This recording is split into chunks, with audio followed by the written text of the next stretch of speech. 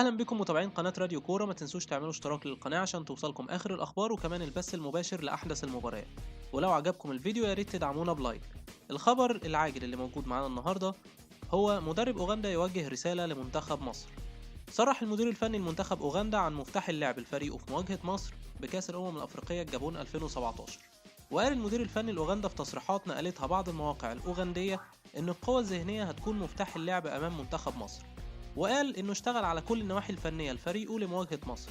وقال ان الشحن داخل الملعب امر طبيعي، لكننا اتغلبنا على كل الامور دي والفريق اتعافى بسرعة بعد الخسارة من غانا.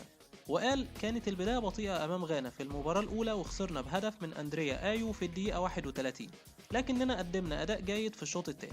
وقال كمان اننا نخلي مباراة مصر هتكون استمرار للشوط الثاني الممتاز اللي قدمناه امام غانا.